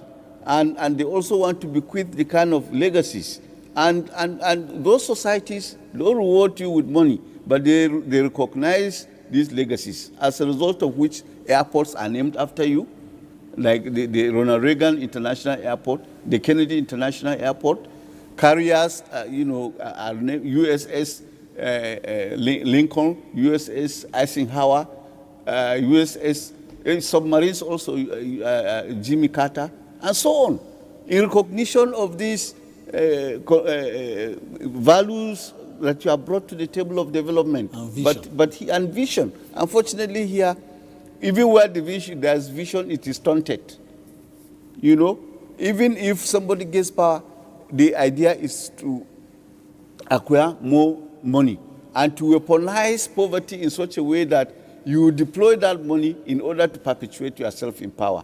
So as long as we do that, and as long as this, someone used to say that the political parties were special purpose vehicles. Now the last time I heard, someone said they are no more special. They are just like any vehicle. You go into the motor park, you pay, you enter, and then when you reach your destination, you go out. That is what the politicians do. They now use these political parties just like any vehicle you take on the road. And when you leave, you dump it there. And you can see with that, there is no commitment. And this is compounded also by lack of internal democracy in the parties. Why would you want to defect if there was internal democracy and you were defeated free and fair and squarely? There would be no need, because you knew that in a contest, somebody must win, somebody must lose. And if you lost fairly, then you have no reason to complain. And what we saw play out in the conduct of the primaries across all the political parties was that the primaries were shambolic. There were complaints, loud, shrill complaints across the board. So none of the parties was immune to they said they were going to do consensus. Then where there was no consensus, they did direct primaries. But in some cases where direct primaries were supposed to take place, they didn't take place at all. But, candidates were returned. It's just announced. They were just announced. So we need to go back to all that and to make sure that the political parties have some measure of direction, some measure of ideology. And in fact, there was a day I took it upon myself to look at the logos of the political parties when they were 91 in the 2019 general election. I sat down and looked at the 19 political parties then registered to contest. There were 92, but 91, presented candidates for the presidency. I was just looking at the logos. I took a day to look at them. And then I observed one funny thing, one quaint, queer thing, which is that even the logos did not agree with what the parties called themselves. There was a disconnect. There was a distance between what they were saying and what their symbols represented. Whereas, like you said, in the first and second republics, the parties had direction, they had ideology, and they believed in certain things. Like the UPN believed in 5 cardinal principles. The PRP, it was a party, formed to defend the interests of the poor, the talakawas.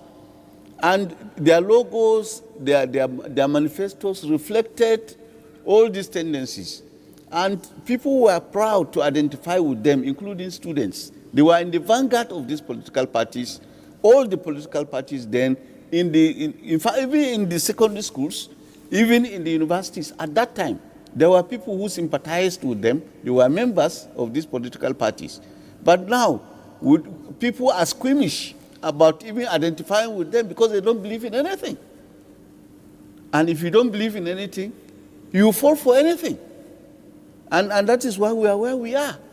If, for example, and which we have been saying for a long while, that for the democracy project that we fought for to thrive, you must tie it to delivering, dividends of democracy. And, massively our people don't ask for much. They are very grateful if you do a small thing for them. Like Baba Elesomi spoke about. Exactly. If you build a hospital in a place, they will remember you because they don't have to go far.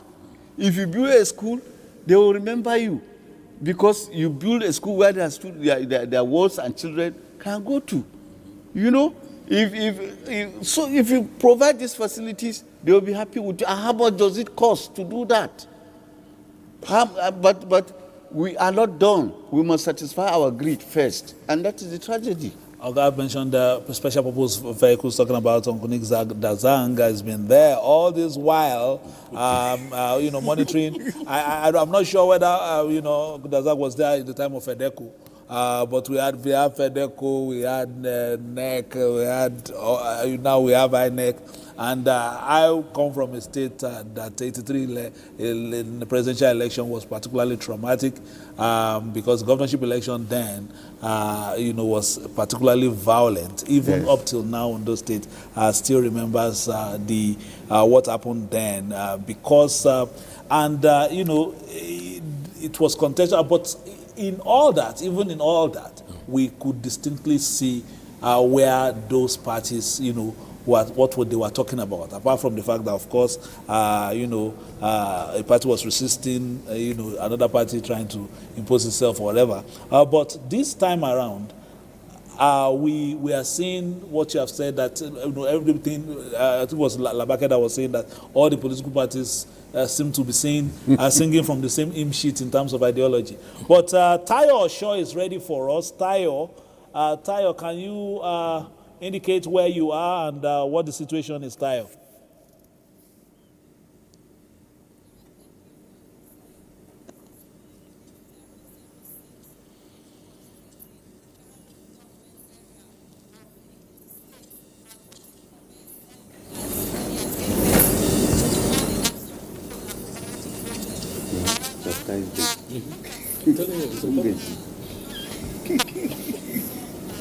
Just hope they are listening. No, they are listening. They'll pretend it's not you.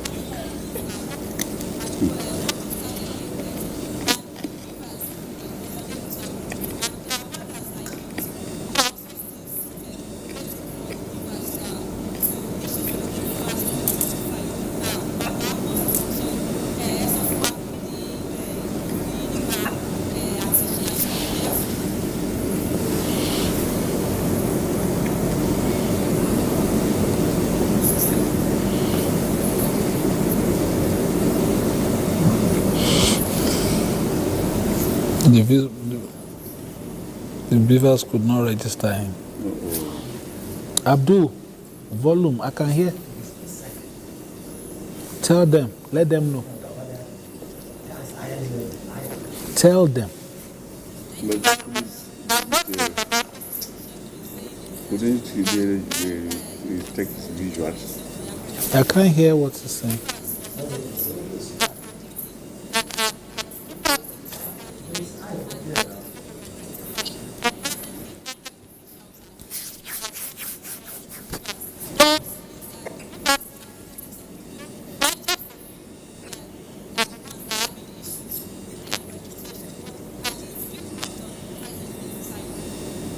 Thank you very much, Tayo Osho there, talking about some of the problems. This is the first time we are seeing that the Beavers is having some challenges being able to identify people, and Ababa came out to talk about his experience as well. In those situations, what is the recourse for INEC? What are the options? Well, if the Beavers cannot recognize the voter, then he cannot vote. But I wish that they also attempted, if they couldn't verify his fingerprints, to try his facials. Because the advantage the Beavers has over the smart card reader is that, it captures your fingerprints and your iris. So that's why they take the pictures of your face. That's the facials. So I don't know what they did, because the volume was not too clear, but what they ought to do is to try the two. But if in the event that doesn't happen, the law says he cannot be allowed to vote. So it's not the fault of the presiding officer. If he insists on his voting, then it means he has also, he will be in violation of the law and the guidelines of the commission. Okay, let's go back to the actuality in Ekiti very briefly. They have only one voting point, and there are hundreds of people in that center. What happens at 2:30 if they are not done? Well, the law says the voting commences at 8:30 and closes at 2:30. But if there are those who have been accredited and they are queuing, they will vote. The election will continue in that polling unit until all the voters who have been accredited have voted, irrespective of the number and irrespective of the time frame. But I'm surprised. I wish he counted the number of people there, because following the creation of polling units in 2020, most of these hugely congested polling units were split, so that in each polling unit you wouldn't have more than 500 voters. But I don't know exactly what happened at that particular polling unit. One would have expected that it would have been split, maybe with another unit close by, and then those who have migrated from the initial polling unit that was split will move to the other polling unit. But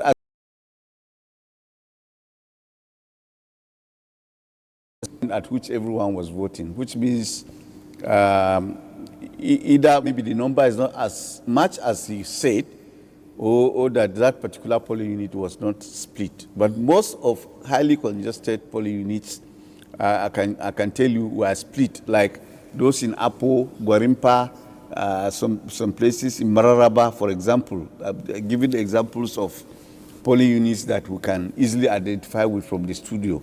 They were split. So in some of these polling units, you could have up to 4,000 voters, and it was not healthy. What the commission initially did was to create voting points within the precincts of that particular congested polling. So you have about 4 or so points at which people are voting. But subsequently, when access was created for voters, that is another synonym for creation of polling units. Most of these polling units that were hugely congested were split, so that voters will have a pleasant voting experience. Because anywhere you have this congestion, voting continues even into the night, as we saw in Apo in 2023, where people had to go and bring their generators from the house, and the people continued voting until the next day, and people are still voting. And but for places that are peaceful or the voters are reasonable, anything can happen. So when the such congested PUs are decongested, it makes for peaceful conduct. It makes for a more pleasant experience for the voter, and it makes for transparent elections, because you finish in time, you count, you announce the outcome of the election in that polling unit. And by virtue of the Electoral Act 2026 now, there are other complications. It's not like before. Now, after the ballots have been sorted, they are counted, they are entered into the Form EC8A and the result sheets. They are also endorsed by the candidates who are represented by their polling agents before the presiding officer now uploads, that particular result on the IREF. And then, after that, he moves, accompanied by the candidates or their representatives, that is the polling agents, to the next level of collation. Also, he moves, accompanied by these same agents, and surrenders the EC8A form that he has imputed to the next officer as prescribed by law or the commission. So you see the process has changed a bit. It's more complex now, and the role of the candidate, or rather the polling agent, has also, the agent plays a greater role than before. And I think the idea is to make sure that whatever is uploaded is what happened at that polling unit. Perhaps that would reduce litigation? That would reduce litigation and so on and so forth. And you see, there was something you raised when you were discussing with the other lady at the, I said the fetching lady in Ekiti studio. You raised the issue of when the results will come out. And with these processes, I don't know, we need to look at that against the background of what happened in the FCT area council elections. Recall that in the FCT area council elections, even by the next day, it was then that the INEC could establish 93% upload of the results on the IREF. Whereas in other elections, they were able to achieve up to 98, even 100 on election day. So now this is going to, we will now be on the lookout to see whether with these additional layers as provided by the law, if the speed is not whether compromised. Exactly, whether the speed is slowed or it is hastened. All right, let's look at some issues, but let's quickly welcome our guest in the Ado-Ekiti Center is Stephen Klanzama, Project Officer at the Kuka Center Election Monitoring Observer Group. Thank you very much for joining us, Stephen Klanzama. You've been out and about today. What are your observations so far? All right, thank you for having me. Like you've rightly mentioned, we've been out on the field since around 8:30 to observe the process of these elections. And so far, from our own observation, personally, I've visited around 15 polling units within Ado-Ekiti. And one thing I can tell you that in most of the polling units I've visited, accreditation and voting started at 8:30. But for us at the Kuka Center, you would recall that 13 political parties signed the peace accord. And so for us, one of the major issues, or one of the major things we are looking at during these elections is the conduct of political parties, specifically party agents. And so far from our observation, 13 political parties signed the peace accord, but the number of polling agents at polling units is about 3. In most cases, in a list case, we just saw about 4 polling units. So in terms of that, political parties are not really being represented at polling units we have visited. And so, secondly, too, we looked at the issue of deployment of security personnel. And from our own observation here in Ado, the deployment is a laudable one. However, I heard one of the guests in the studio was talking about congested polling units. And so, from our observation, one of the polling units was really highly congested. And when you look at the number of the security personnel deployed to that polling unit, I think it was just about 3 Nigeria Police Force, 1 civil defense officer. So I think one area we have to look at is around the congested polling units. So, but we are still observing. sometime later today at 1, we will have a midday press briefing to give a full account of our own observation, not just as Kuka Center, but as a program called the European Union Support to Democratic Governance Program in Nigeria, where we have different civil society organizations looking at different components, from inclusion of women and persons with disability to the level of INEC's preparedness.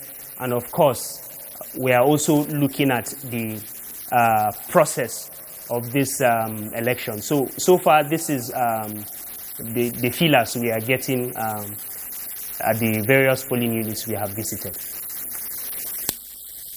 For a bit, we'll come back to you and Labake in the studio because Labake too is ready to go, and we'll come to her to come around. But before then, Kemi Sonny is standing by. When she's ready, we'll join her. But Labake, for your closing statements, what are your expectations finally? Your people are already there. People are voting, and of course, we are almost getting to the middle of the exercise. Very shortly, we'll get there. But Labake is in our Ekiti studio. Labake, quickly, as you wrap up, what are your expectations and what will be your word to the stakeholders? Thank you very much. Like we have been saying that we want the election to be as peaceful as it is now. The process has been peaceful, and we expect it to remain so till the end of this election, until we have our result, and then finally we have the person that is going to drive the affairs of this state for another 4 years. So that's pretty much our expectation, everyone's expectation in Ekiti State. We want a peaceful election. We want people to choose whoever they want to lead them without without being coerced or being oppressed in any form and manner. And please, before I sign out on this, I want to refer to the case that happened in Ilawe, the woman you're going to join now. Please, so that we don't have any case of somebody saying, oh, they did not take their opinion. As much as we don't want any unfounded allegations and all of that on the media, we still need to take their observations, reservations, and let them speak to issues that happen around. Since the man is even a candidate, you know, how these things can get the twist that we can have at the end of the day, so that we can maintain the peace that we are enjoying right now in the political process as it goes on. Thank you. But let me just clarify on our behalf. Kemi is right there with the candidates. She's also monitoring the same exercise. And if she is not, perhaps, if she did not witness that she would be taken aback. After all, she's been there before the polls started. And she also, she's been there. She got there at about some minutes to 8.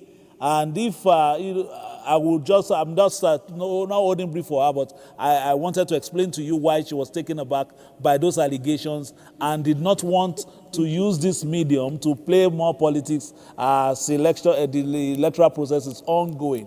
I can say anything, you know, it's for us to be able to verify. And it will be important also to get the names that were mentioned so that we would not, act as instigators of what is not there. So, but I understand what you're saying. Kemi will get to the bottom of the matter, and we're also going to get to her. So, Labake, thank you so much for being a part of the program. Hopefully, we will be able to greet ourselves very well, Ekiti Parakpo, soon out there in Adokiti. Thank you very much for being a part of it. If Kemi Sonny is ready, she's not ready there, but we have a report on persons with disabilities. Now, let me just to do a background to that. INEC has been very, very particular about persons with disabilities, especially by providing assistive devices and also providing sensitization and looking out for where the polling units where they are so that those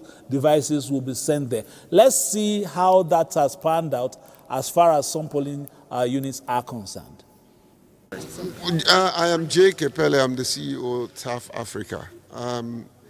It's interesting to note what I might describe as a bit of the enthusiasm on the part of voters. I was surprised to see people come out as early as 6:30, 6:45, 7 o'clock. Is it possible that we will break this voter apathy issue beginning with Ekiti? I'm yet to make, a final conclusion. But I'm impressed with a bit of the turnout that I've seen in the polling unit that I have gone to. I'm also impressed with the level of organization. You can see that some polling units that I visited even before 7, INEC staff were already there preparing to kick off. And at exactly 8:30, voting commenced here, which is impressive. But can we translate that to all the polling units? I'm not sure, because I haven't visited all the polling units. I'm reporting based on what I have observed. My constituency, which is the disability constituency, some very concerning early assessment. You can see here that if there's a person in a wheelchair, that person cannot access this polling unit. I visited a number of them have that issue. And I was privileged to meet with the REC late last night, and met with INEC chairman day before yesterday. And these are some of the things that I pointed out. How do we resolve this issue? Granted, most of them, they don't have I wouldn't say they have an absolute solution, because one, they didn't build this primary school, And so these are some of the very difficult issues and conversations that we need to have. But the focus is not to really criticize the process, but for us to find solution so that we shouldn't keep having this. In every election, we are reporting that the polling units are not accessible. We're reporting that, there may be issue of voter apathy, and we need to solve that. And I want to also commend most of the INEC staff that I have personally spoken to. They are aware of these early voting rights for older people. They are aware of priority voting for persons with disability. And I think it's very, very commendable. And of course, thank you, NTA. You didn't allow him to thank NTA very well. Anyway, let's continue from there. We're still here. It's a live coverage of the Ekiti governorship elections. Just to remind you that there are by-elections across the country as well. We will get situation reports from our reporters in those locations, senatorial, House of Representatives, State Assembly, whatever. We get all those information as part of our package today. So if you are not from Ekiti and you have by-elections in your state, it's a one-stop shop for you as well to get those. So we have a reporter in the Oye Ekiti axis of the state, that's towards the northern part of the state. Kola Adebubuyi will be joining us via phone. If Kola is ready with the situation report, we will take it now.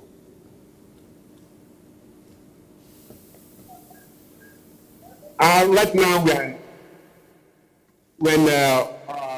in Ujo, in the local government area of the state, where voters turned out in their number to verify their franchise, and the INEC officials are ensuring that they carry out their duty towards meeting the regulations of the electoral process exercise. And then security operatives also make adequate arrangements to forestall any breakdown of law and order in this area, especially at every polling unit in the Oye local government that we've visited so far. Security arrangements have been perfect to ensure that there is peaceful exercise in this area. And then the voters comport themselves to ensure that they exercise their voting rights and vote for the candidates that choice in the exercise going on in this area. And then based on the filler from around this area, everything is going on peacefully without any challenge. An indication that we have an acceptable and peaceful airside in Oje local government of Ekiti, North Central District in the Ekiti State. Thank you so much, Kola. We were just hearing stuff about the performance of the bimodal voter accreditation system, BVAS. Is there any of such in terms of the performance? Has it been smooth sail for the operations of BVAS over there, or are there some challenges as well?